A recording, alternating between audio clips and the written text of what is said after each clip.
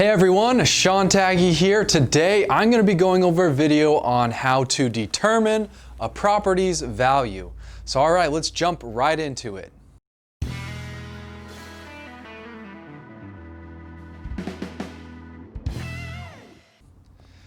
Alright guys, so determining a property's value. A lot of people ask me about this and are unfamiliar with this process of how we determine our turnkey rental properties values. You know, if you're going to be buying an asset, making an investment into a real estate property here in Memphis, Tennessee, and you're investing out of state, you're not familiar with Memphis and you want to do your due diligence and see if that property is actually worth what you're paying for, you know, that we're not ripping you off, or perhaps, you know, maybe if you're in your own market and you're looking at selling your house, you're just kind of curious of what your property's value is. So here's what we do at Memphis Investment Properties to determine a property's value is first off, we kind of have a very huge competitive advantage is because we've done over 250 properties a year for the past 4 years. So, I mean, and then of course, decades before, my partner Jim Reedy's been in Memphis for 40 years. So, I mean, I can almost name like any street in Memphis and he'll be like, oh yeah, I bought a house over there years ago. He knows the value. So anyways, first off, experience tells you a lot. But if you're just a new person starting out, there are data sources that can help you out and some general guidelines that I can help you determine a property's value and what we do here. So the first thing that I do is we also already have our data tracked of what we've sold turnkey properties for in the past year. So we have a big map, you know, with all of our properties that have been sold, you know, just all over the areas of town. And we also track our competitors' comps and also what homeowners are buying in the areas. And so, you know, what you pretty much do though is let's just pretend your subject property is over in, you know, this section of town, right? And you're just wondering, you know, how do you determine that value?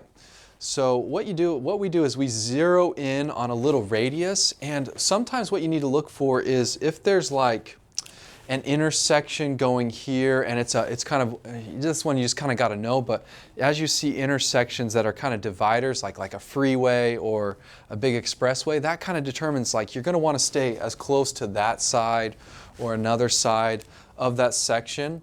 Also zip codes or school zones. So kind of tricks of trades are just be familiar with the boundaries.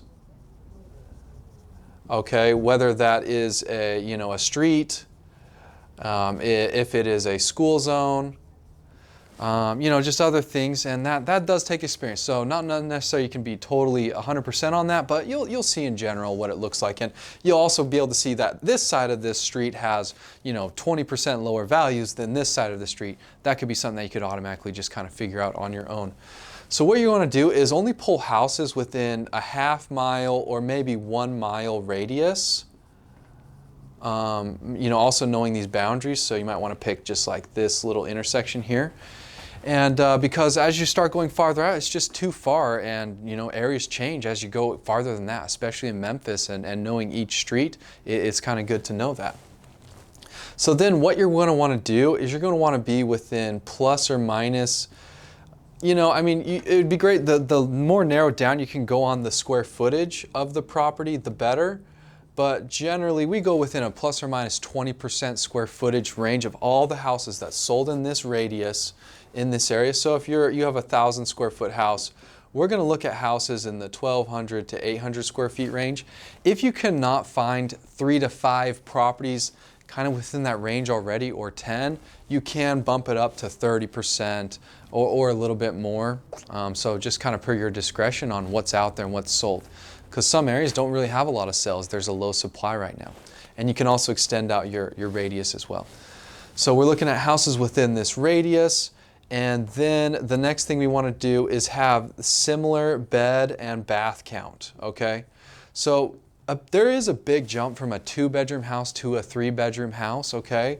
Not quite as big as a difference to a 4. So if you only have, you know, 1 3-bedroom house and then your subject property is a 3-bedroom house and you have a couple 4s, you can kind of use those and just deduct a few thousand or several thousand off that property value. And then in terms of bath counts, the biggest jump is a 1 bath to a 1.5 bath. 1.5 to a 2 is also a jump as well, just not quite as much. So that kind of, you just adjust your price from there. And you not necessarily you can only use a 3-bedroom, 2-bath. I mean, ideally you'd want all 3-bedroom, 2-bath homes if your subject property was that. And you're just comparing those and looking at all of those comps from there.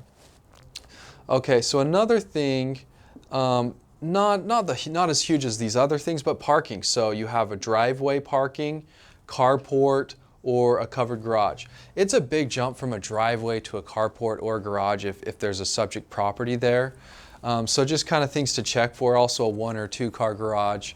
But most of our tenants, if there's some sort of carport or garage, it is helpful and helps increase the value and also the rentability and a little bit in the rent of the property, but not quite as significant as these other factors. Obviously the biggest one is square footage and area. So then you're like, well, Sean, how do I grab all this data? Where do I go? So you can actually go to the Shelby County Assessor. Okay, so this is a public website that you can go to. Can you not see this? Oh, okay, sorry.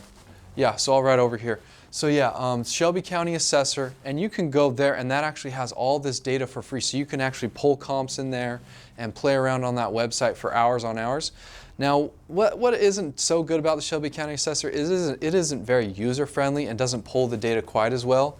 So the other thing that you might want to go to is get with a real estate agent.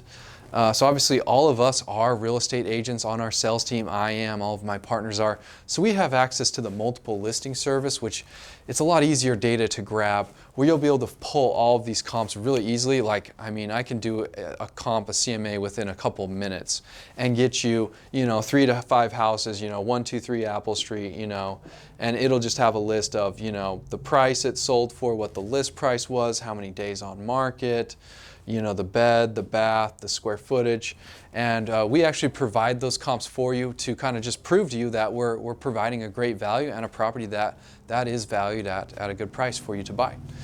So that is how you determine property values. There are a lot of other little nuances here and there about it, but these are the basics. If you're just pulling 3 to 5 and kind of look around that area, you can determine that.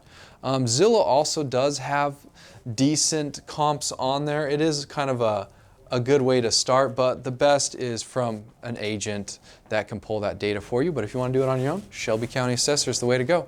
So thank you so much, guys. Let me know other thoughts that you look for when kind of determining a value on a property, and other comments you have. Subscribe to our YouTube channel. We're going to be putting out videos like this all the time for you. We love you so much. Thank you.